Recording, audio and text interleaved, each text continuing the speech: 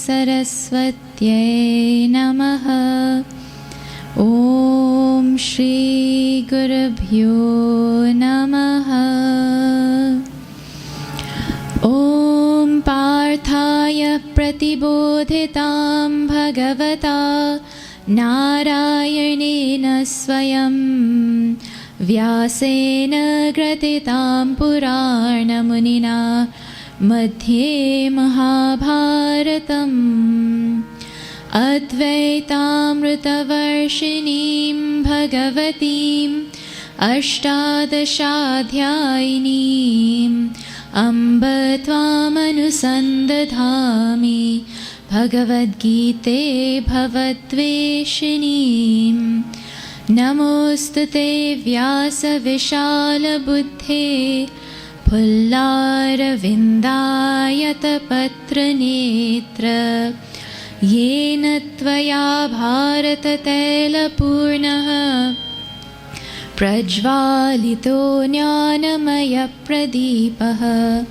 Prapanna Parijataya Totra Vetraika Parnaye Jnanamudraya Krishnaya Gita Mrutaduhe Namaha Sarvopanishado Gavo Dugdha Gopalanandanaha Partho Vatsa Sudhir Bhokta Dugdham Gita Mrutam Mahat Vasudevasutam Devam Kamsa Chanuramardanam Devaki Paramanandam Krishnam Vande Jagadgurum Krishnam Vande Jagadgurum Hari Om. Hari Om, everybody, and thank you all for the loving and warm welcome.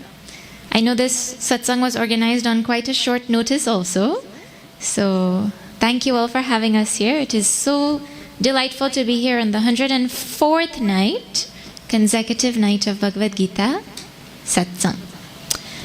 Bhagavad Gita has 18 chapters, and we are now in the 18th chapter. We're coming to the end. In the last chapter, Bhagavan Shri Krishna gives a summary of the entire Bhagavad Gita. And he also clarifies a few things that he hadn't spoken enough about in the earlier chapters. But before I tell you where we are, let me tell you a little story. I don't know if you should call it a story, but hear this. Once upon a time, there was a man who thought he was a worm. Some people think all kinds of things about themselves, right? This man thought he was a worm. You know, like the worms? So his wife really got fed up of him. Because it's one thing to think you're a worm, no problem, think whatever you want, you know? But every time he saw a bird, he would run and hide. He would get scared and he would go and run and hide. Right? So that started to impact the quality of her life. And she said, this is ridiculous. We can't handle this anymore. So she decided to take him to a psychiatrist. And she said to the psychiatrist, you know, this man, he thinks he's a worm. So the psychiatrist said, okay, you give me $500 US, you know, and leave him with me for 1 week. And in 1 week you come back, I'll fix him. So she said, okay. Well, he put him in a room. And on the CD player, he put a loop recording. It said, You are not a worm, you are a man. You are not a worm, you are a man. You are not a worm, you are a man. And he listened to that whole day, whole night for 7 days. Now at the end of the week, his wife came back. So the psychiatrist said, okay, let's go and see the situation. So they went and they asked him, so what did you learn? You learn anything? He said, yes, doctor. I learned that you are not a worm, you are a man. Okay, little mistake in the choice of words. So he said, okay, leave him here 1 more week. Free of cost, because it was his mistake. So now the recording said, I am not a worm, I am a man. I am not a worm, I am a man. And he listened to this recording whole day, whole night for the next 7 days again. So now after 7 days, his wife came back. And the psychiatrist said, okay, let's go check. What did you learn? I learned that I am not a worm, I am a man. So now the wife was very happy. And so she took him. Well, they just came out of the building and they were walking to the car and a bird flew by. And this man jumped and he ran back inside to the psychiatrist's office. And he went and he sat on the psychiatrist's table. That psychiatrist said, what happened? He said, no, doctor, when we were leaving, I just saw a bird. He said, so, you are not a worm, you are a man. What will the bird do? He said, no, I know I am not a man. I am not a worm, I am a man. But does the bird know? The bird doesn't know. Every time, this is a story that Swami Chinmayananda used to tell. And we listen to this story and we laugh and we think, how silly could somebody be to think that they are a worm and then to get scared of a bird? That's madness. We actually think in our mind, this is hilarious, But I tell you, our rishis tell us the situation is the exact same for us. Our nature is infinite. We are of the nature of infinite happiness. We are of the nature of existence, consciousness. But do we feel that? We feel small, limited, finite, unhappy. Our life is full of sorrow. That is exactly like the man thinking he is a worm. I have this great nature, but I think I'm something small. And therefore, when problems come, I don't feel capable to face them. This is what our rishis say is our state. So we don't know who we really are. Now, if you look in a mirror, and that mirror is, and you cannot see yourself, right? That would mean that, well, there must be some serious dust on that mirror, which is why you can't see yourself. Why else can you not see yourself? A mirror is supposed to show you who you are, isn't it? So now if you look in a mirror and you can't see yourself, it means that that mirror is covered in some serious dust. So now you clean the dust off. Then you see yourself. But have you also not seen that very, very little children, when they look in the mirror, I remember carrying my cousins and nephew and niece and all, and you go to the mirror with them, and they don't understand that that is them that they are seeing. Have you had that experience with little children? They're looking in the mirror, but they don't understand it is them. Or a dog will go to the mirror and he'll bark, thinking that there's another dog on the other side. Right? So it is possible for a being to look in the mirror and see themselves and not realize that that is them. It is the same for us. Our scriptures are the mirror that are being held up to us. And it's saying, look, this is who you are. There's no difference between you and Bhagavan. That infinite nature that is Bhagavan, that is your nature too. But we can't understand it. It's like there's a layer of dust in between us and ourselves. That is called impurity of mind.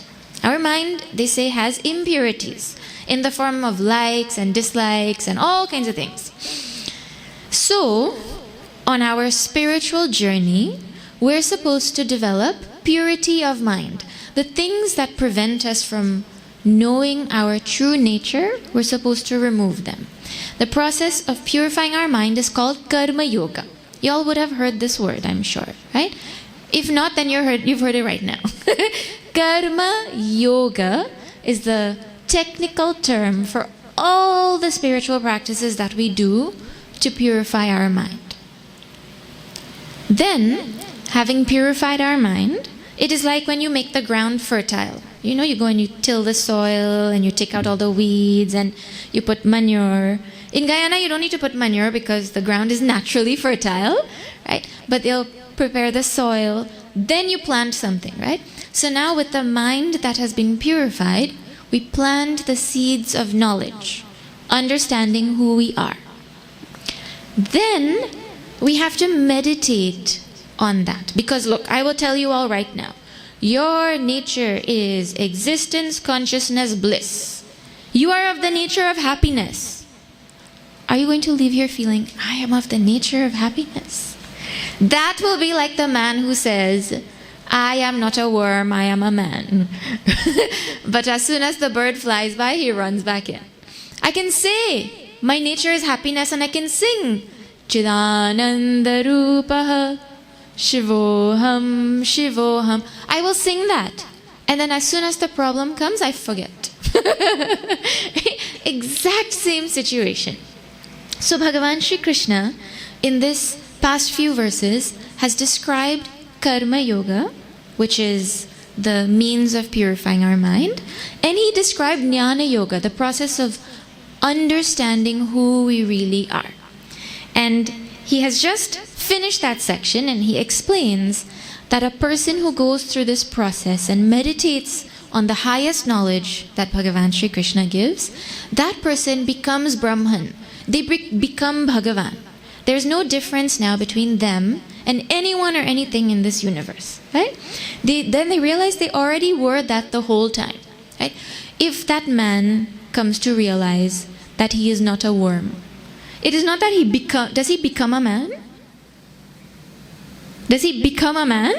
He can't become a man because he's already a man. He just has to realize, oh, I just didn't know who I was.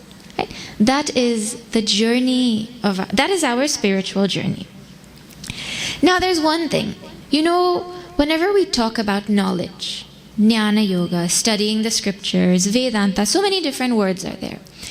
People have a misconception that once a person goes and studies, gets knowledge, they don't have bhakti anymore. You know? No. Bhakti is for people who don't study, and bhakti is, or someone will say, no, I can't do all this knowledge business, this come and understand what Bhagavad Gita is saying. I just want to have bhakti for Bhagavan. You have people who say those kinds of things too. Well, in the verse that we saw last night, Bhagavan Shri Krishna said that a person who becomes Brahman, who realizes who they are, they become a Param Bhakta. They get Param Bhakti. They get there's superpowers of all different superheroes have different superpowers, right? But like when we were little, I don't know if people watch it anymore, but Power Rangers was there, and they all had their own power. Did kids here watch it growing up? Power Rangers? And then when they come together, they make a bigger power, right? So it's like there's bhakti, which is great, but now Bhagavan is talking about Param Bhakti, which is like a super version of bhakti, right? So what exactly is this Parama Bhakti is what he's going to focus on for a few verses. But the point is, it is not true that someone who studies knowledge, who tries to understand the philosophy of Hinduism, doesn't have bhakti. Bhagavan is saying rather, they forget ordinary bhakti, they get supreme bhakti. More than normal bhakti, they get special bhakti. Right? Ordinary bhakti is what? I will come once in a while and I'll beg Bhagavan for something. Bhagavan, please, my child is going to write CXC. Help them to get all ones. Or, Bhagavan, I'm tired of having this back pain. Do something so it goes away. Or something or the other, we come and we ask Bhagavan. Oh Bhagavan, today on Hanuman Jayanti, you'll hear people say, Bhagavan, give us special blessings today. It's Bhagavan's birthday, but we're asking him to give us.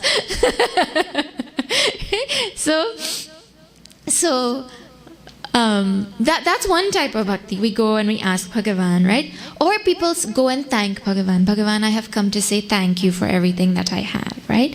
There's all kinds. But in all of that, there is me here, and there's Bhagavan there, right? So there's me, and then there's Bhagavan, and we're separate. But if Bhagavan is all-pervasive, means he's everywhere and he's everything. You're saying that he's everywhere except me? If he's everywhere, he has to be me too? Right? Water is everywhere except where I'm standing. That is what? Then you're limiting Bhagavan. Right? So a person who becomes a Parama Bhakta, they don't even see a separation where I am here and there's a Bhagavan to worship. There's absolutely no separation, no difference between them and Bhagavan. There's only Bhagavan left for a Param Bhakta. Their love for Bhagavan is unconditional. It's not, okay Bhagavan, you give me a child and then I will be your friend. I will love you, or I will have bhakti for you, right? Or you help me to deal with my struggles and I will have more faith in you. No, none of that, right? Unconditional love for Bhagavan is what is being talked about. A person who comes to see the world for what it really is, they end up having unconditional love for the Lord. I think that is one of the most beautiful things that could happen as a result of studying this knowledge, right? So now, this bhakti that they get is the highest type of bhakti. And I think that Bhagavan is using the word bhakti because we know what bhakti means. We have devotion for Bhagavan, right? But to imagine what supreme bhakti is something very, very hard to conceptualize. Like one day, there was a frog, and he just came from the ocean to a trench. And there were other frogs in the trench. So now he tells these frogs, I just came from the ocean. So the other frogs say, what is the ocean? He said, the ocean is a huge body of water. Huge, huge, huge body of water. So they say, oh, like 2 times this trench? No, more than that. Oh, like 5 times this trench? No, way more than that. Like 100 times this trench? Now, he must have to say, well, yes, like 100 times this trench. But is 100 times the trench, saying 100 times the trench, can you imagine what the ocean is? Really, the only way that the frog can imagine what the ocean is if they go and they see it for themselves. Everything else is just a potential imagination of what it could be. So that Parama Bhakti is what we get a taste of after we reach the greatest goal that Bhagavan Sri Krishna is talking about. But now let us see what Bhagavan Sri Krishna has to say about this Parama Bhakti and about this Parama Bhakta. Briefly, he will tell. In this chapter, very briefly, he's telling everything because 700 verses minus 78. So that's like 622, I think, right? So 622 verses have to be summarized in 78 verses. I hope I got the math right. Okay, so let us chant now. What happens when a person gets this Parama Bhakti? Verse number 55 in chapter 18. I will chant Shri Krishna Sharanam Mama. Everybody, please repeat loudly. See, today I don't have a person chorusing, right? So you all have to chant loud so I don't miss a chorus mic person. Okay? Okay. Shri Krishna Sharanam Mama. Shri Krishna Sharanam Mama. Everybody? Shri Krishna Sharanam Mama. Shri Krishna Sharanam Mama. Shri Krishna Sharanam Mama. Shri Krishna Sharanam Mama. Shri Krishna Sharanam Mama. Shri Krishna Sharanam Mama. Bhaktya mam abhijanati yavanyaschasmi tatvatah. Shri Krishna Sharanam Mama. Shri Krishna Sharanam Mama. Tato mam tatvatah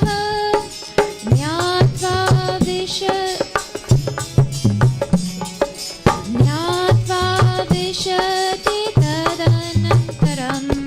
Shri Krishna Sharanam Mama. Shri Krishna Sharanam Mama. Shri Krishna Sharanam Mama. Shri Krishna Sharanam Mama. Shri Krishna Sharanam Mama. Shri Krishna Sharanam Mama. Shri Krishna Sharanam Mama. Shri Krishna Kanhaiya Lal ki Jai. What happens? Bhaktya mam abhijanati. By this kind of devotion, this Parama Bhakti, the person comes to know me. Bhagavan Shri Krishna is saying the person comes to know me. Yavan yascha asmi tatvatah. Who I am, what I am, how big, how infinite I am. And he comes to know me in essence. Okay? Now actually speaking, we think we know Bhagavan. But we know about Bhagavan. We don't know Bhagavan, we know about Bhagavan. Like, if somebody has never eaten rambutan. Everyone here knows rambutan, right? If somebody has never eaten rambutan before, I feel half their life is gone. Anyway, somebody hasn't eaten rambutan before. They can know what it looks like from afar. They can know how to describe it, right? It has a seed in the middle. It has this like creamish flesh around it. It has this like scary looking thing outside, right? They can describe it, they can tell you everything about it. But do they really know what it is? Unless you eat it. I mean, you can say, it kind of sort of tastes like a grape. That doesn't do anything because you don't know it until you eat it. In the same way, we know about Bhagavan, but we don't know Bhagavan. Like, what does Bhagavan really look like? What does Bhagavan Shri Krishna really look like? You can say, okay, he holds a flute and he stands with the cows and he plays with his friends and he steals butter. But what does his face look like? Every mandir you go to, we've gone to 104 mandirs now, right? Every mandir you go to, Bhagavan Shri Krishna looks different. So which is the real Lord Krishna? What does Bhagavan look like? I know which is the real one. I'm joking. We think we know what Bhagavan looks like. Means we think we know Bhagavan, but we know about him. In Ramayana, there's a line that says, Soi janahi jehi dehu janai. Only that person knows Bhagavan who Bhagavan himself reveals himself to. Janata tumahi hoi jai. And once he knows you, he becomes you. This is the line that is told in Ramayana. Right? One day, I don't know if you all know this Leela. One day when Bhagavan Sri Ram was small, we have so many Leelas that we know about Bhagavan Sri Krishna. Right? But there are some beautiful Leelas about Bhagavan Sri Ram also that come in Ramayana. One of the Leelas is, one day, Kausalya Ma puts Bhagavan Sri Ram to sleep in his crib.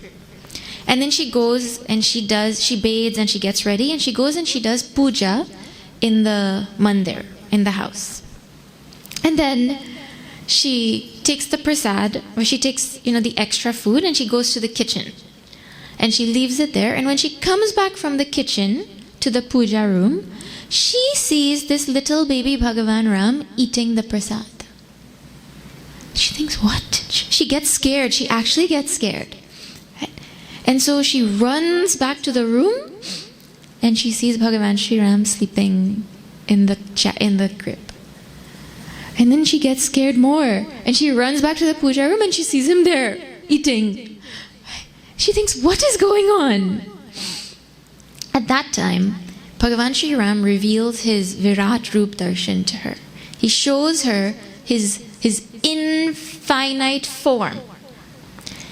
And at that time, she tells him, I never want to forget who you really are. I thought you were my son all this time. But now I know who you are. How did she know? He himself revealed to her who he was. And like Yashoda Maya saw the same thing, but Bhagavan had done it in such a way that she forgot. Okay? So to know Bhagavan and to know you know Bhagavan, it is his grace also. Right? So this person comes to really know who Bhagavan is. Then, tato mam tattvaha jnatva, now understanding me in essence who I really am, vishate tadanantaram, that person immediately enters into me. When Bhagavan says a person enters into him, that is like, you're having a dream, and the dreamer in the dream, when you wake up, the dreamer enters into the waker. They become one. Like that. That is what is described. We become one with Bhagavan at that time. So, there's no division anymore that Bhagavan is there and I am here and I have to go to Bhagavan. There's only Bhagavan at that time. So this is Parama Bhakti that is being described. Now, until we know who Bhagavan is, we say, Bhagavan, whoever you are, you know yourself, no? I know a little bit about you and so I do my pranams to you because I know you're great. Like that. Okay, let us see now what else Bhagavan has to say. So, knowing this fact that a devotee, a Parama Bhakta, who knows Bhagavan really as he is, becomes one with him, what should we do with that piece of information? Let's chant. Shri Krishna Sharanam Mama, Shri Krishna Sharanam Mama, Shri Krishna Sharanam Mama, Shri Krishna Sharanam Mama, Shri Krishna Sharanam Mama, Shri Krishna Sharanam Mama, Shri Krishna Sharanam Mama, Shri Krishna Sharanam Mama, Sarva Karmanya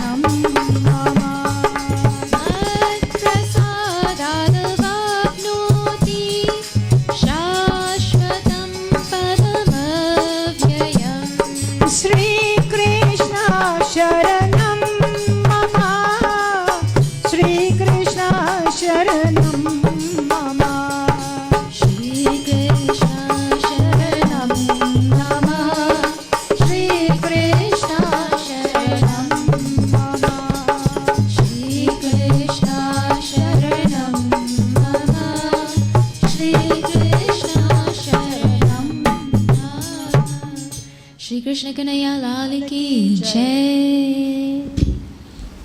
Bhagavan Shri Krishna says, Sarva karmani api sada kurvanaha mad vyapashrayah.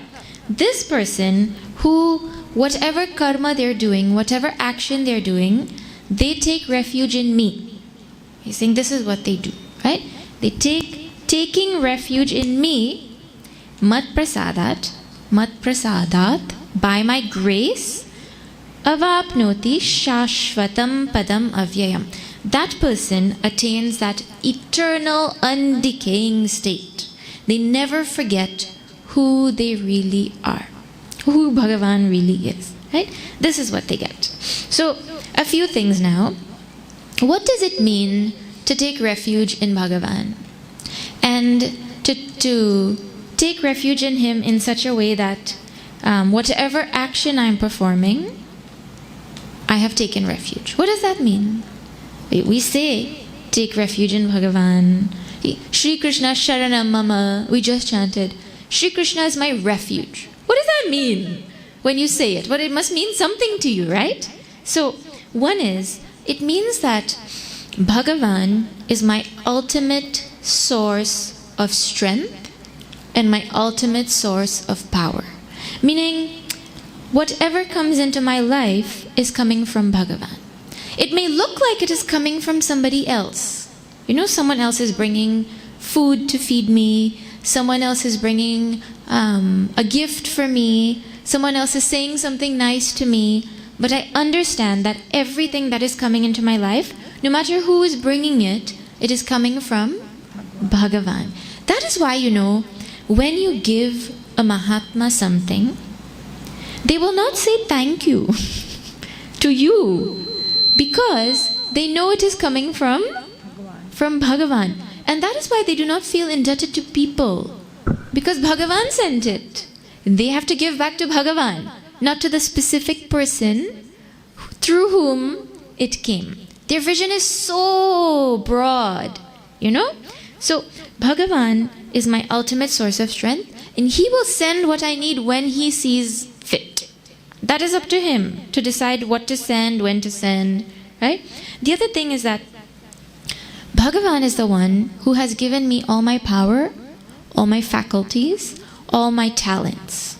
Now, if you go and get a job somewhere at a company, and that company gives you a phone, and they give you a desk to work, and they give you a computer to work with, and they give you a title, you know, by which you can call people and buy things and transact, and you can, whatever, all kinds of things you can do. Now, the company is the one who has given you all of that power and all of that capability. Can you now go there and run your own business from that desk? Yeah, company, you gave everything, perfect setup. Now I can run my company. It doesn't work like that. If the company has given you all the resources that you have, then whatever you do, is it not that you owe it back to the company? Simple thing even. If you make a discovery or you come up with some design, you know, they needed a new logo and you make the logo. That thing, it is, you sign a contract that all your intellectual property is theirs. Because while you're working with them, every resource was given to you by them, therefore everything that comes from you belongs to them in the work front. True or false? This is how it works, no? Well now, who gave you your power to breathe and eat and sleep and see and touch and think and plan? And who gave you those powers? You made it? You went to the Chinese shop and bought some? It's not something we can buy, it's not something we can wish for, it's not something we can make, it's not something we can preserve in a bottle. Okay, let me keep some of my black hair so when I grow old, I'll drink the thing and then I'll get black hair back again. It's not a thing we can preserve, it's not a thing we can decide, nothing. So if Bhagavan has given us all the power and all the talents that we have, is it not in the same logic that we owe everything to Him? Taking refuge in Him when I do my karma means, Bhagavan, I know you have given me all my power. You have given me everything that I have. Therefore, what is the therefore? Therefore, whatever I do, it is for you. This is the attitude of someone who has developed this bhakti. The last way of thinking about refuge, because everyone will think in their own way, right? What does it mean to take refuge in a doctor? What does it mean to take refuge in a doctor? When you go to a doctor, if you've taken refuge in them, is it not that whatever they say you should do, you follow it? That is what taking refuge in them means, right? Now, you go to a doctor and he tells you, oh, your blood pressure is high, so you should stop eating this, this, and this. Oh, doc, I've taken refuge in you, I really believe in you, and then you don't stop it. Or he tells you that you have high sugar, don't eat sweets anymore. Oh yeah, doc, I have great faith in you, I know what you're saying is true. And then you go home and you eat sweets. That's called taking refuge? Taking refuge is whatever he said, I follow it knowing it is for my good. So in the exact same way, taking refuge in Bhagavan means whatever he's telling us, he's teaching us in Bhagavad Gita, Upanishads, and Vedanta and our scriptures, I don't just listen to it as a nice to hear. I follow what he is teaching in the same way that I follow the doctor that I have taken refuge in. Right? This is how we take refuge in Bhagavan. So now, this person comes to realize that Bhagavan is my everything. Everything I do also is for Bhagavan. This is the way they have their vision. Okay. Now when people hear this kind of thing, Parama Bhakti, and this kind of description where everything I do, I dedicate it to Bhagavan, and I know that all my power comes from Bhagavan, and some people feel like, no, this is too much. I can't do it, it's not for me. It's not for me, Bhagavan. This is too hard. This is for some advanced people. I'm just going to go and live my normal life, and I'll see you once a week, and I'm happy with that. This is too much for me. That is inferiority complex, actually. I feel like I can't do this, right? So we say to Bhagavan, no, I can't do this, Bhagavan. Tell me something that I can do. This is too hard. Or, but that is what Bhagavan has been telling for so many verses. What else is he telling? He's telling how to purify our mind and the knowledge that we'll gain once our mind is purified. But we say, Bhagavan, I forgot. Tell again, please. I forgot, right? Now you all might say, but we missed it. We weren't there when you told it. Bhagavan, what about us? Right?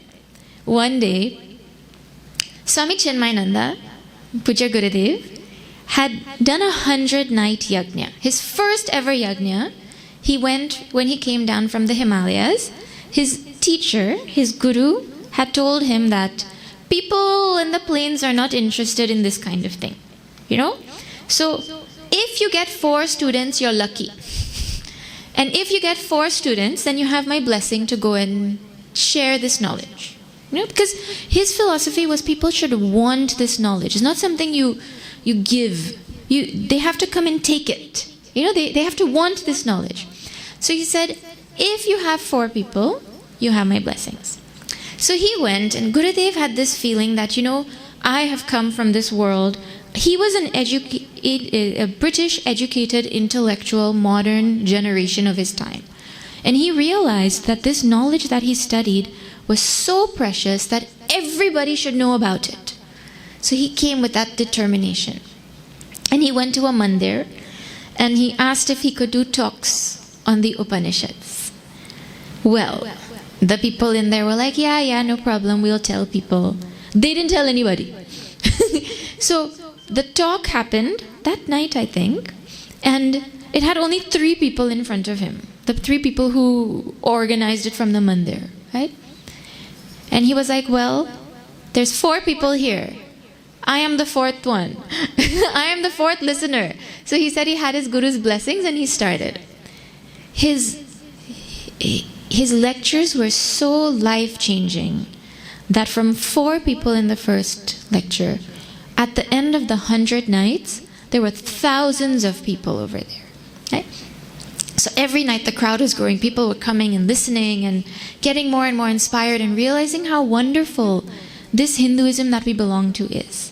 So at the end of all of this now, he's given prasad books and he's, making plans and he's getting ready to leave. And he's walking in, like the car door has been opened and he's getting into the car. And someone runs up to him from outside and says, Swamiji, Swamiji, Swamiji, I missed this yajna. I wasn't here. I didn't know. Can you tell me what you said in like a nutshell? 100 nights. He said, just tell me in a nutshell, really quickly. Now, the people who were with him were like, what is wrong with you? Swamiji's going, go. Swamiji said, detach and attach. What? Detach from the lower and attach to the higher. That was his summary. And he went. I remember that because I tell you, Bhagavan Shri Krishna is summarizing really briefly for everybody here who missed it and for everybody who forgot. What are we supposed to do now to reach that state? Where do we start? So he tells now very beautifully again about where to start in this journey of doing karma yoga. So let us chant verse number 57 and then we'll see.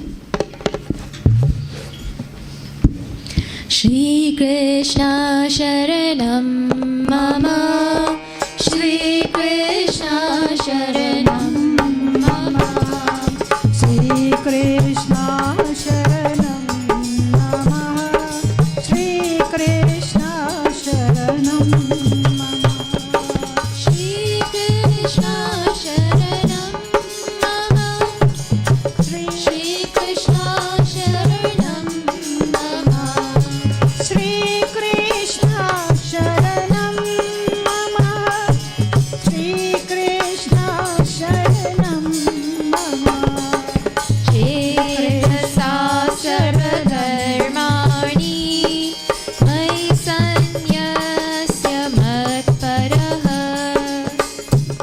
Krishna sharanam mama. Shri Krishna Everybody. Sharanam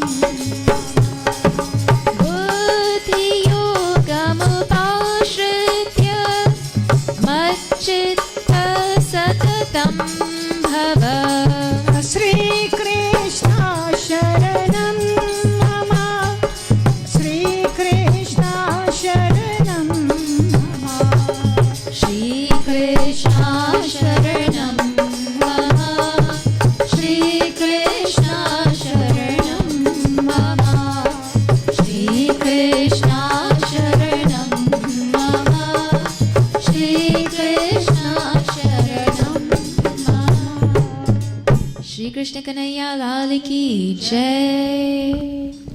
Bhagavan gives an instruction in this verse. Bhava. Bhava means become. Become.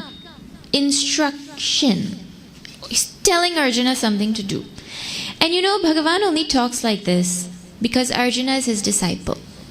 Arjuna was his friend for so long. Bhagavan Shri Krishna never told him to do anything like this. But once a person surrenders as a disciple, the Guru tells them, do this, do that. Still, in spite of saying, Bhava, become like this, do this, in a few verses, Bhagavan Shri Krishna is going to say, I have told you everything. What happens when you do this? What happens when you do that? I've told you the consequences of each choice. Now, yatha ichchasi tatha kuru. As you wish, you do. Not like how parents tell their children, do what you want. You know how parents say that? And the child knows they don't actually mean do what you want, right? But Bhagavan actually means, I've told you everything, do what you want. But for a disciple, they will take that to heart. Bhava. Bhava means become. It is an instruction. Become what? Macchittaha. Become someone whose mind is always on me. If you just analyze your mind, what is it that your mind rests on? What is it that your mind goes to? Have you ever given thought where your mind goes, what it does? Our rishis point out, what our mind does is it goes to whatever it loves. The mind cannot leave the thought of what it loves. if a parent's child goes overseas, right, and they're studying in Canada or US, or they've migrated there and they're living there, and then the parent comes to satsang, and then after satsang, say there's like fried rice, for example. They open that box, this is my child's favorite food. Like Mandir fried rice. Anything they see reminds them of the one that they love. The person's not here also. You can't take it home for them. But the mind goes to the one that it loves. Bhagavan is saying, Mat chittaha bhava, means let your mind be on me. And the way for our mind to be on Bhagavan is if we love Bhagavan. The gopis, their mind could not leave Bhagavan. One day, Naraji came and he saw one gopi sitting in meditation. And he thought, wow, this is strange, because the gopis never meditate. They're always just looking at Bhagavan Shri Krishna. They blamed Brahmaji one time. They said, what kind of thing have you made? You made eyelids. Every time we blink, we can't see Bhagavan Shri Krishna. They told Brahmaji like that, right? So now this gopi has closed her eyes and she's meditating. Something is up. So he sat there and he waited a few minutes, and then he saw she finally got frustrated and she got up and she did, forget it, like that, right? So he went to her and he said, what happened? You were meditating? She said, yes. I was trying to meditate on all the work that I have to do so I can do it. But this Krishna, he just doesn't leave my mind, so I've just given up trying to think of something else. Okay? That is the gopi. And then we, with effort also, we can't keep our mind on Bhagavan. Bhagavan is saying, Mat chittaha bhava, become someone whose mind always dwells on me. Now, I don't know if you all have this question, but it's a very common question. How can we develop more love for Bhagavan? The secret technique to developing more love for Bhagavan is reading Ramayana and Bhagavatam. The more you read these texts, the more you fall in love with Bhagavan. Helplessly. You cannot study Ramayana and not fall in love with Bhagavan Shri Ram. You cannot study Bhagavatam and not fall in love with Bhagavan Shri Krishna. It is impossible. So the more we study that, and the more we read it, and the more we immerse ourselves in it, the more we develop love for Bhagavan, and our mind stays on him. And when the mind stays on Bhagavan, it stays on all his great qualities, and then they come to our life also, right? So that's the first thing. Then, mat paraha, in the first part of the verse says, mat paraha. You can have love for somebody, but you need not have respect for them. True or false? People love their spouses and they don't have respect for them. People love their children and they don't respect them sometimes. People love their parents, and if their parents have done something that they don't respect, they don't... You see all kinds of people in this world. Right? Then you'll have the opposite also, where people have great respect for some people, but they don't love them. I respect Einstein. I don't love him. So you have people, there's love, and then there's reverence and respect. Mat paraha is one who considers Bhagavan to be the most respectful. So not just having love for Bhagavan, but considering him to be the most supreme, having the most reverence and the most respect for him. Then he says, Chetasa sarva karmani mai sanyasya. You dedicate all your karmas to me. Bhagavan, that is wonderful news. You come and wash my laundry, and you go and cook my food, and you go and do my work. Bhagavan says, Chetasa, with your mind, meaning with right understanding, you dedicate all your work to Bhagavan. Not that you think he's going to come and do it for you. One man was praying to Bhagavan. For like months, he prayed to Bhagavan. Bhagavan, I want to win the lottery. Bhagavan, I want to win the lottery. Bhagavan, please let me win the lottery. Bhagavan, this is the only thing I'm ever going to ask you for. Bhagavan, please, I want to win the lottery. Bhagavan, lottery. Bhagavan, lottery. That's all he said, every day, all day. Eventually, Bhagavan got fed up. And he went to him and he was like, at least buy a ticket. Whole day. How will you win the lottery if you don't go and buy a ticket? I want to win the lottery. You have to do an action. Bhagavan's not going to buy the lottery ticket and bring it to you, right? So, in the same way, when we say we dedicate our actions to Bhagavan, it doesn't mean I dedicate the work to you, you do it now. I have dedicated this portfolio to you. Now you take care of the lights in the mandir. Not like that. So, Bhagavan Shri Krishna says, whatever action we're currently doing, we dedicate it to Him, considering Him to be the Supreme. And He says, Buddhi Yogam Upashritya, taking refuge in the yoga of understanding. Here, the yoga of understanding is Karma Yoga. Because the whole effort in Karma Yoga is not about what we are doing, but it is the attitude with which we are doing the thing that we are doing. Right? Everything is about attitude. In fact, it is almost like the action has no benefit in bringing peace and joy to my life if it is not done with the right attitude. And we see situations like this. One day, a man decided that he was a fisherman. There was a fisherman, and he decided that he wanted to be the first one out at sea to catch the best, biggest fish. So he woke up very, very early, even earlier than normal, and he went and he sat in his boat, and it was super dark, and he started to row, to go out. And you know, it's a mechanical motion, so he started to daydream while he was rowing. And he didn't realize that it started to get bright. He was so lost in his own world. Well, as it started to get a little bright, suddenly he's heard a lot of commotion and a lot of noise going on. So he turned around and he saw the other fishermen coming. A good 45 minutes has passed by now. And he sees the other fishermen making their way to the boats. And he realizes that he's still in the exact same spot. So he rowed for half an hour, and he didn't move. How come? He forgot to take out the anchor. So he's sitting there and he's rowing, and he's going nowhere. So movement is no sign of progress. True or false? Action is no sign of progress or development, really speaking.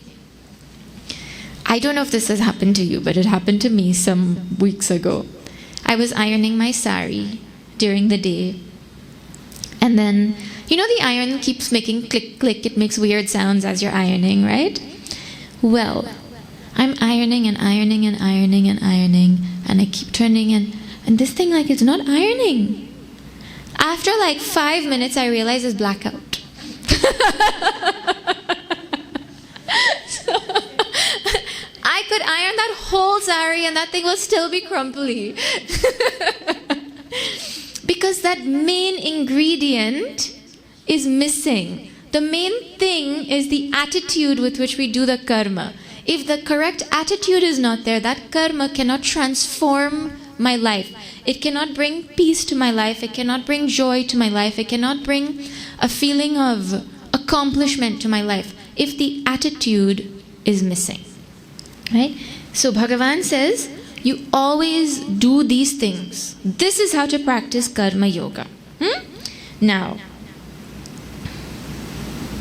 okay, I think that's enough. Let's see now in the next verse. If you do this, what happens? Bhagavan Shri Krishna says, what happens if you do this? Let's see. And what happens if you don't do this? You know, some people, in our tradition, they say there's 4 ways to get something done. If you want to get something done, there's 4 ways to get it done, and you have to try in order also. The first one is called sama, where you tell someone nicely, oh, you know, please can you pick flowers for the murtis in the mandir, for Bhagavan. You tell your child. Tell nicely. Well, if they don't do it, number 2, dana. Dana is the second one. You know, if you pick the flowers and you bring it, then you'll get to share the arti. You know, some people love to share the arti, right? Okay, you get to share the arti. So some incentive to get them to do it. If that also doesn't work, the next one is bheda. Bheda is if you don't do it, No screen time for 1 week. A threat, Bheda. And the last one is danda, where you actually punish them. Right? So there's 4 ways to get something done. So Bhagavan is using multiple ways for Arjuna to realize the importance of this. So let us see how he does it, what he says. Number 58. Shri Krishna Sharanam Mama, Shri Krishna Sharanam Mama. Everybody. Shri Krishna Sharanam Mama, Shri Krishna Sharanam Mama, Shri Krishna Sharanam Mama, Shri Krishna Sharanam Mama, Shri Krishna Sharanam Mama, Shri Krishna Sharanam Mama. Machchittah sarvadurgani madprasadat tarishyasi. Shri Krishna Sharanam Mama, Shri Krishna Sharanam Mama. Atha chittvamahankarat na shroshyasi vinakshati. Shri Krishna Sharanam Mama, Shri Krishna Sharanam Mama. Shri Krishna Sharanam Mama, Shri Krishna Sharanam Mama, Shri Krishna Sharanam Mama, Shri Krishna Sharanam Mama, Shri Krishna Sharanam Mama. Shri Krishna Kanhaiya Lal ki Jai. Machchittah. Now, having put your mind on me, now what to do? Sarva Durgani Mat Prasadat Tarishyasi. By my grace, you will be able to cross over all challenges, all problems, all kinds of difficult situations. Bhagavan Shri Krishna is saying, if you do these things and you develop this kind of love for me, you have this understanding that I am the source of power in your life. You have a appreciation of the greatness of Bhagavan, and your mind is constantly reveling in the divinity that is all pervasive in this universe. Well, with the grace of that understanding, with Bhagavan's grace, every problem, every challenge, every difficulty in your life can be crossed over very easily by His grace. This is Bhagavan's promise. This is dana, isn't it? He's telling you, look what will happen if you do this. Such a wonderful thing you will get. You know, there's a phrase in Sanskrit, Shreyamsi Bahu Vignani. That means when you are doing something good, you will face lots of obstacles. Have you seen? Yes. Anybody, if you try to do something bad, how many obstacles will you find? Take something simple, like very, very non-intense, right? Like, you go to the kitchen and you're hungry. Super simple example. You go to the kitchen and you're hungry. And in front of you, there is a box of pine tart. And next to the pine tart, there's a whole tray of all different kinds of fruits. There's orange and sapodilla and all kind of things, right? Pineapple. Which is easier? Put your hand in the pine tart and eat it? Or go take a knife, wash the fruit, cut the fruit, wash the knife, throw the peel in the garbage, peel, you know the eyes of the pineapple, peel it one by one by one by one. By the time you're done, you'll be like, I shouldn't have even bothered eating. How many obstacles in doing the good thing? So many more than doing the other one, right? This is a principle in every single aspect of our life. In doing a good thing, the obstacles are so much. Bhagavan Shri Krishna is saying, I will take care of those obstacles. You don't worry. He will take care of the obstacles, right? All internal, external, everything. You don't worry about it, right? By my grace, he says. You know, we put so much emphasis on self-effort. Everyone should work hard and, you put effort and don't think Bhagavan is coming to do anything for you and stop leaving things to Bhagavan. But at the same time that we talk about self-effort, there is also an element of grace. We cannot forget that in everything that we do, there is an element of grace. Meaning, I will put in like 80 or 90% of effort, or even 100%. Say I put in 100% of effort. But the thing turns out like I put in 120%. Have you seen sometimes? You put in the effort, but it's like something more happens than what you should have actually done with the amount you put in.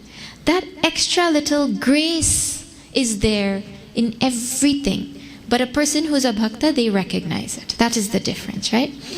Grace is like if you're baking bread and you don't put the yeast in the bread.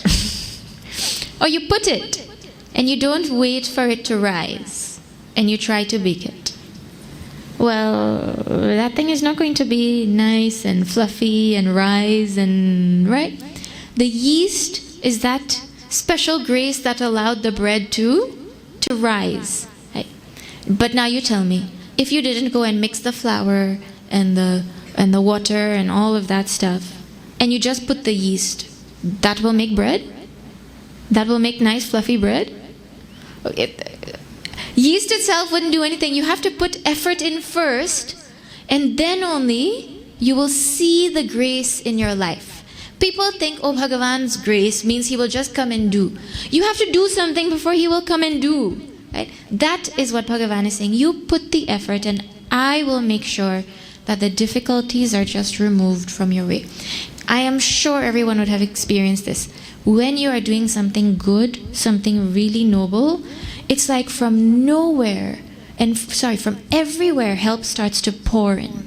Have you seen? When you're doing something noble for the community, you can't even explain how are people just coming and helping. Someone is saying, I'll bring chairs for you. Someone saying, I'll bring the money to fix the roof. Someone saying, I will donate the AC. Someone saying, I will come and clean every day. And where is all the help coming from? You put your sincere effort in, and Bhagavan Shri Krishna, Bhagavan will make sure that the obstacles are removed from our way.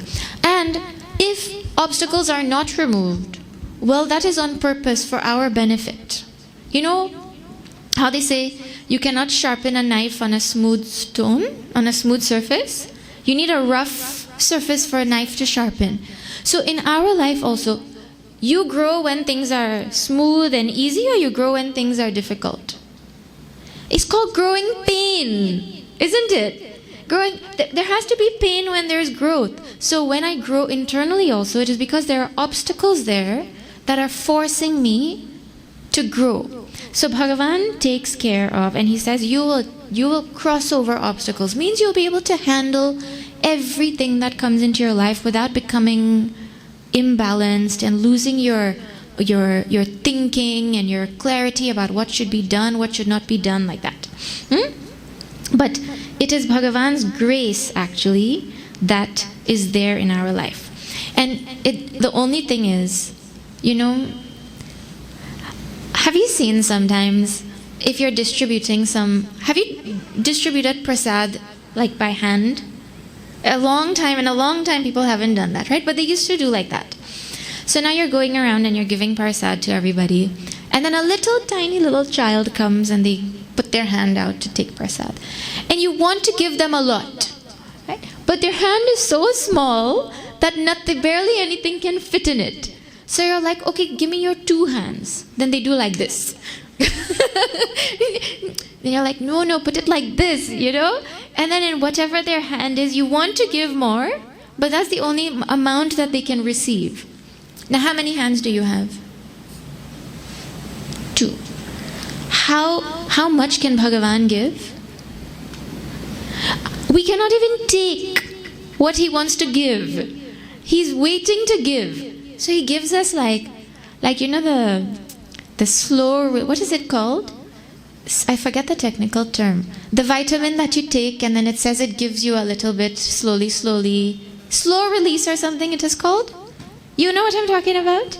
You take a certain medicine and then it releases into your bloodstream slowly over the day. Huh? No, like if you take a certain vitamin, then there's types that say you take it in the morning and little, it'll digest and then you'll get the benefit of it all day. I forget the technical term. Anyways, like that. His grace comes in our life, but we see it slowly, as much as we can handle. Okay. Then he says, Atha chet tvam ahankarat na shoshyasi vinakshyasi. If, because of your own ego, you do not listen to this thing that I just said, you will perish. Means you will destroy your own opportunity for happiness. You will destroy your own opportunity for peace and joy and growth and everything. This is what Bhagavan is saying. But he elaborates on it now in the next verse, number 59. Let's chant.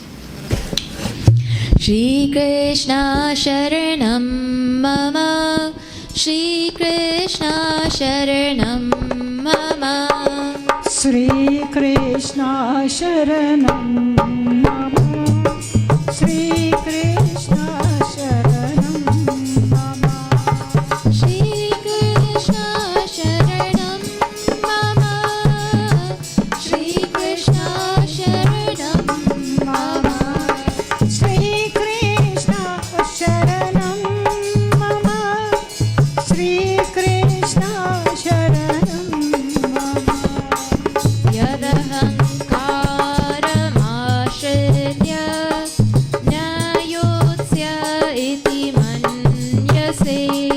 Shri Krishna Sharanam Mama, Shri Krishna Sharanam Mama, Nityesha Vyavasayaste Prakritisvam Niyokshasi.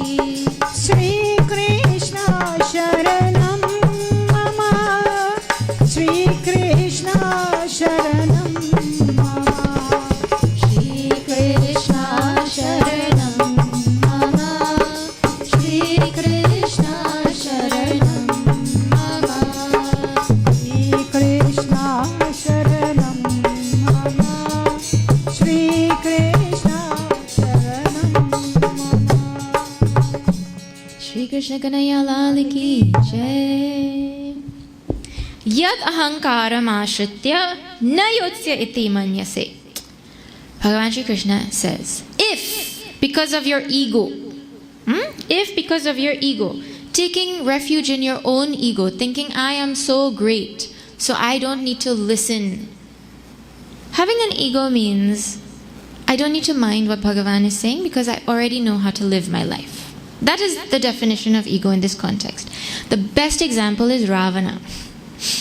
Hanumanji went to Lanka and Meghnad had come to fight with him. You know when he was in the Ashok Vatika? And so Meghnad comes and finally he surrenders to the Brahmastra that is coming and he thinks if I get caught I'll get to go and see Ravana and do my Bhagavan's work, right? So he goes and he ends up in front of Ravana. And he has a nice, interesting, hilarious dialogue with Ravana. And at the end of that he says, you know Ravana, surrender to Sri Ram, give back Sita Ji. And he really counsels him sincerely. And you know Ravana's response? This monkey thinks he's my guru? Like that. He literally says, you think you're my guru or what? Right? I have found a guru in this monkey. That is why Ravana has 10 heads. The 10 heads are a symbolic representation of his ego. Is it not that when somebody is egoistic, you say their head is big? Look how big their head is. Now, could they have made Ravana with like a huge head like this? One big, huge head?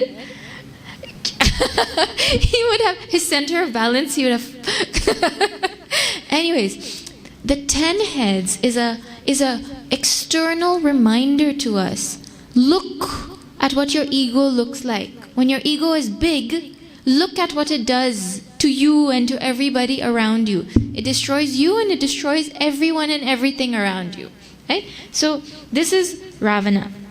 Now, Bhagavan says, Na yotsya iti manyase. If because of this ego that you have and you think you know better, right? Then you say, Na yotsya, I will not fight. Arjuna, since the beginning of Bhagavad Gita, this is Arjuna's dialogue. I will not fight. And he put down his bow. Bhagavan Shri Krishna, I will not fight.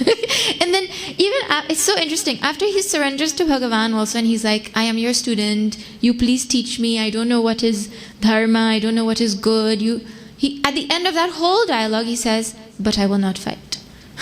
Means you have to convince me to fight.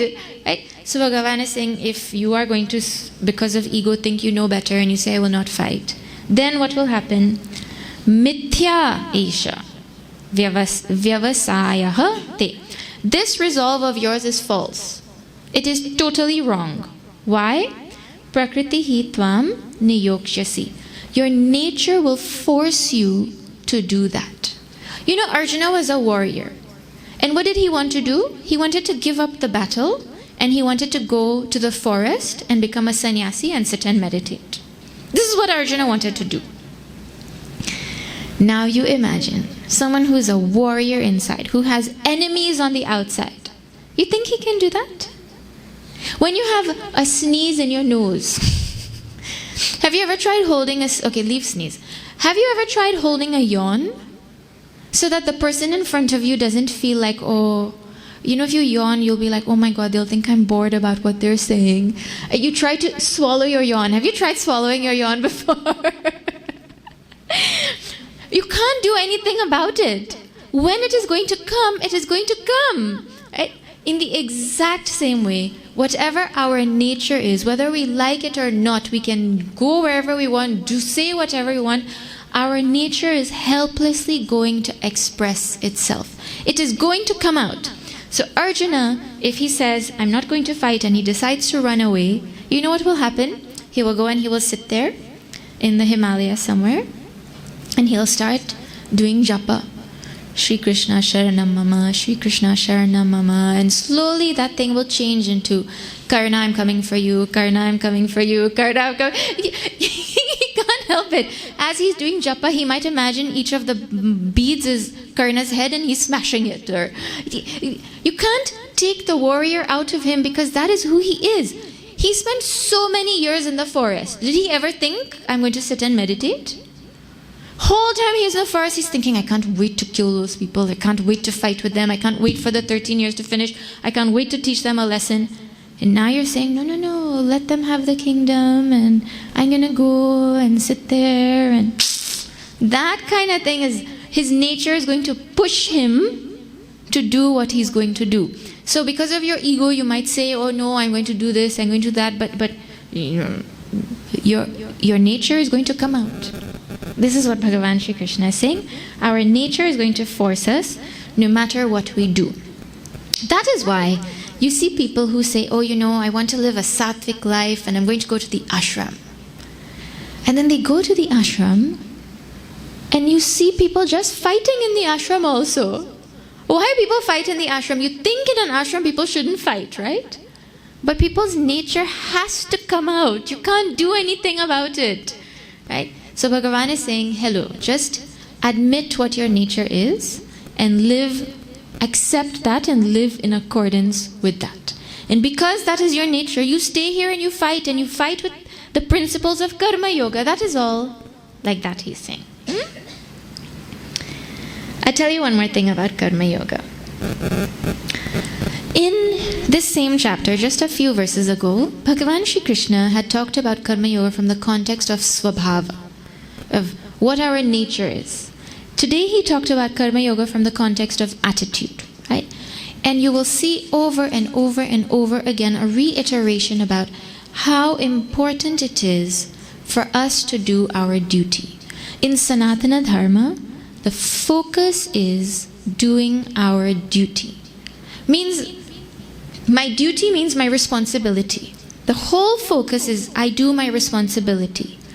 But what has happened is we live in a society where we stopped thinking about our responsibility and we started to think about only our rights. But the way that thing works is if somebody is doing their responsibility, everybody else will get their rights. And if somebody is not doing their responsibility, nobody will get their rights. But rights are not something that you can demand. It is something that is a natural byproduct of everybody doing their responsibility. Right?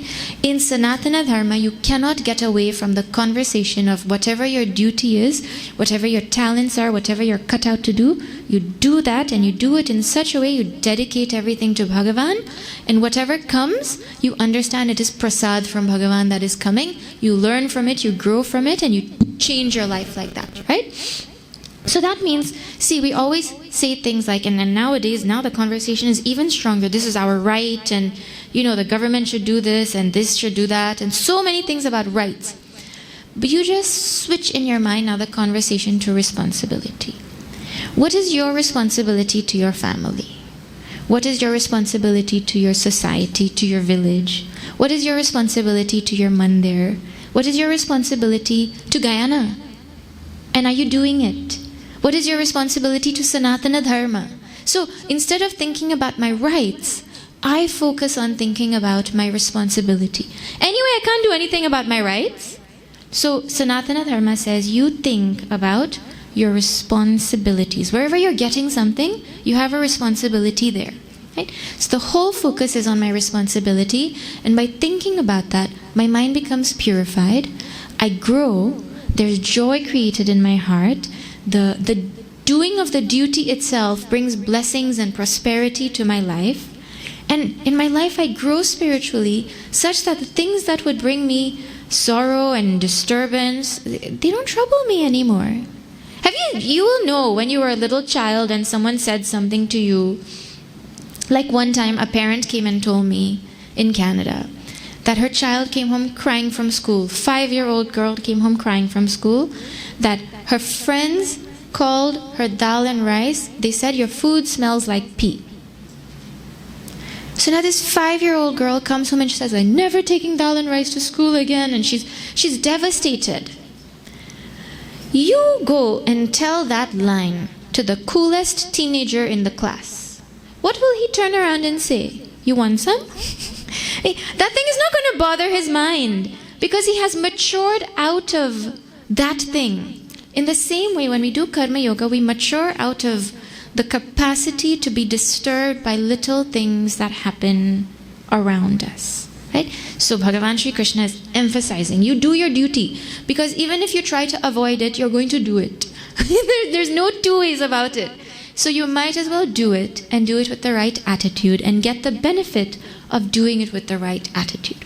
So like this, he says, and he'll continue, he'll finish this train of thought tomorrow, and then he has some more wonderful things to say. But now time is finished. So if you want to see what happens tomorrow, you have to come to Zilat. Yeah, I know. Or on Facebook.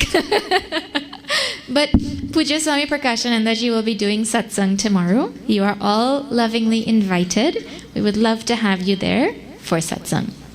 And I just have a few announcements to share with everybody, and then we will do Bhagavad Gita Aarti, and I will pass it back to our MC. Okay?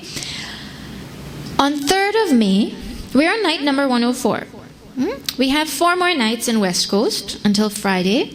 And then on Saturday, we are having the grand finale of this 108-night Bhagavad Gita Yajna at the Gandhi Youth Cricket Ground in Georgetown. So you are all invited. It would be such a joy to have you all come for us to celebrate this momentous occasion together of the whole country coming together to study this Bhagavad Gita like this. We've been all the way from Pomeroon in Essequibo to Crabwood Creek. I don't know which direction I'm pointing. Ignore that. From Crabwood Creek to Pomeroon. In fact, we reached the end of the road and we got on a boat and we went up the river again. Right? So It's been really wonderful seeing all of Guyana like that and seeing the love for Sanatana Dharma that is everywhere. So if everyone comes together to celebrate this wonderful tradition and this wonderful heritage that is ours, it will be so beautiful. So you're all invited, 5 p.m., Gandhi Youth Cricket Ground on Saturday. Right? Please do come. We'll finish sharp 6:30. Chinmay Mission, we start on time and we end on time. Who's there, who's not there is not there. Right? And so at 6:30, you will get your prasad, you will take your bhojan, and then you will come home. You'll be home on time. Right? That is on 3rd May. On 4th of May, which is the next day, which is Sunday, we will be having a dosa day fundraiser at the ashram. How many of you have tasted a dosa before? Oh, okay. Let me tell you what a dosa is. A dosa is a South Indian dish. It is made from rice and urad dal. It is blended into a batter and it is made like a very super thin crispy pancake, a savory pancake, and then they fill it with all kinds of things, with masala, aloo, and they fill it with paneer, and they fill it with in Canada they have a Nutella dosa. Right? They fill it with, and then we have a pizza dosa. You can make any kind of thing with it. Burrito dosa. But we have 3 types in the ashram on Sunday. Aloo and paneer and pizza dosa. So it's really healthy, it's really delicious. You please, if you want, you can place an order. You can see which ones you want. The prices are all on Facebook. You call, you pre-order, and then when you come, your dosas will be ready and you can eat them nice and hot, and then you come back. So this is 11 to 2 on Sunday the 4th of May. Our ashram is in Monrepo on the East Coast. So I know it's a little bit of a distance, but it wouldn't have traffic that day, I don't think, right? Because Sunday morning, long weekend, I think it will be fine. So please do come. You can place your orders in advance. It will help us to know how much to make. Okay. 2 more announcements. Chinmay Mission is a teaching organization. The main thing that we focus on is teaching Sanatana Dharma, teaching Vedanta to all ages in the age-appropriate methods. You know what you can teach, how you teach to a child that is 5 years old in a classroom. You don't take that same teaching method to university and teach a university student. Different methods are there, right? And different curriculums and everything. So Chinmay Mission is specialized in teaching Sanatana Dharma based on the age of the audience, based on the environment that they're in. And so we have classes from the time a child is in the womb, for prenatal education is there, for little toddlers, 1.5 to 4-year-olds, 5 to 12-year-olds, and all the way up till seniors. At every age, there's a structured curriculum that is meant to deliver Sanatana Dharma in a way that appeals to the mind of the audience, right? Please do check it out. If there are any classes or any programs or camps that are of interest to you, you can sign up for them. Quite a few are online. And we'll be coming to the West Coast now and then. The next time we're coming, I think, is in August 1st to 3rd. Camp for 9 to 16-year-olds. Overnight Bhagavad Gita camp just got confirmed. So you can sign up for that. It'll be in Tushin. And then in September, we're doing 14 nights of Mahabharata across West Coast. Right? So if you're interested, you please see whatever you want to join, you're welcome. And last thing, for anyone who wants to study this Sanatana Dharma systematically, clearly, in the original Sanskrit language, in the Guru Shishya Parampara as it was taught before, Chinmay Mission offers a Vedanta course, a 2-year program for people who are 30 years and under, have a university degree, and are unmarried. They will go and they will stay in the ashram, Gurukul style.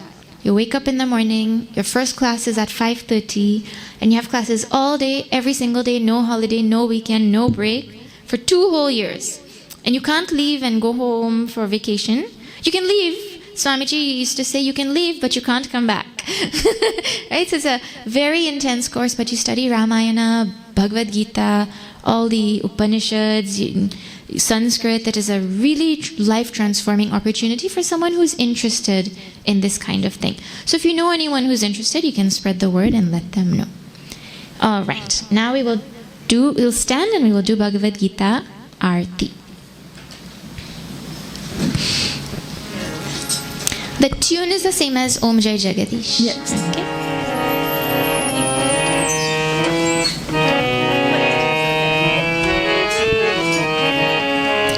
Jai Bhagavad Gita Maya Jai Bhagavad Gita Hariya Kamala Viharini Hariya Kamala Viharini Sundara Supunite Om Jai Bhagavad Gita Parma Sumarma Prakashini Kama Sakti Hara Swami Kama Sakti Hara Tattva Jnana Vikasini Tattva Jnana Vikasini Vidya Brahma Para Om Jai Bhagavad Gita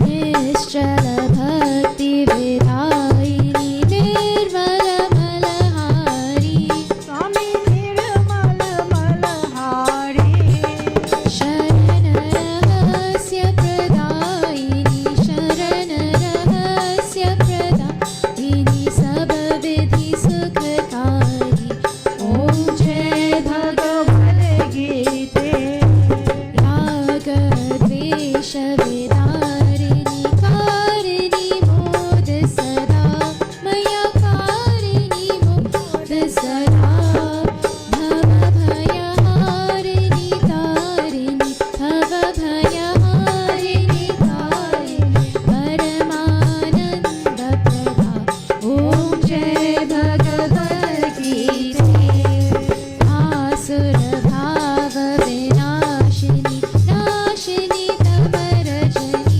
Maya Nashini Tamarajani Devi Sagunadayini Devi Sagunadayini Hari Rasika Sajani Om Jai Bhagavad Gita Samata Tyaga Sikhavani Hari Mukha Ki Bani Maya Hari Mukha Ki Bani Sakala Shastra Ki Swamini Shastra Ki Swamini Shrutiyo Ki Rani Om Jai Bhagavad Gita Naya Sudha Barasavani Matu Kripa Ki Jai Maya Matu Kripa Ki Jai Hari Pada Prem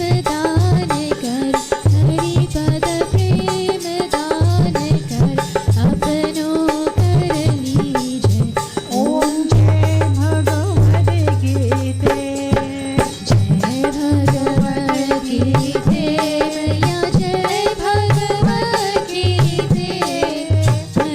Hariya Kamala Viharini Hariya Kamala Viharini Sundara Supunite Om Jai Bhagavad Gita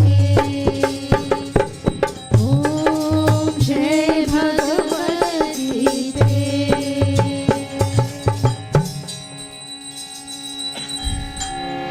Mangalam Bhagavan Vishnu Mangalam Garudadvaja Mangalam Pundarikaksham Mangalayatano Harihi Tvameva Matascha Pita Tvameva Tvameva Bandhuscha Sakha Tvameva Tvameva Vidya Dravinam Tvameva Tvameva Sarvam Mama Deva Deva Tvameva Sarvam Mama Deva Deva Om Purnamada Purnamidam Purnat Purnamudachyate Purnasya Purnamadaya Purnamevavashishyate प्रणश्यते। ॐ शान्ति शान्ति शान्तिः। हरिः ॐ श्री गुरुभ्यो नमः। हरिः ॐ। बोलिए वृंदावन बिहारी लाल की जय। श्री सत्य सनातन धर्म की जय। श्री सद्गुरुनाथ महाराज की जय। हर हर नम पार्वती पतये। हर हर महादेव। हरि ओम तत्सत।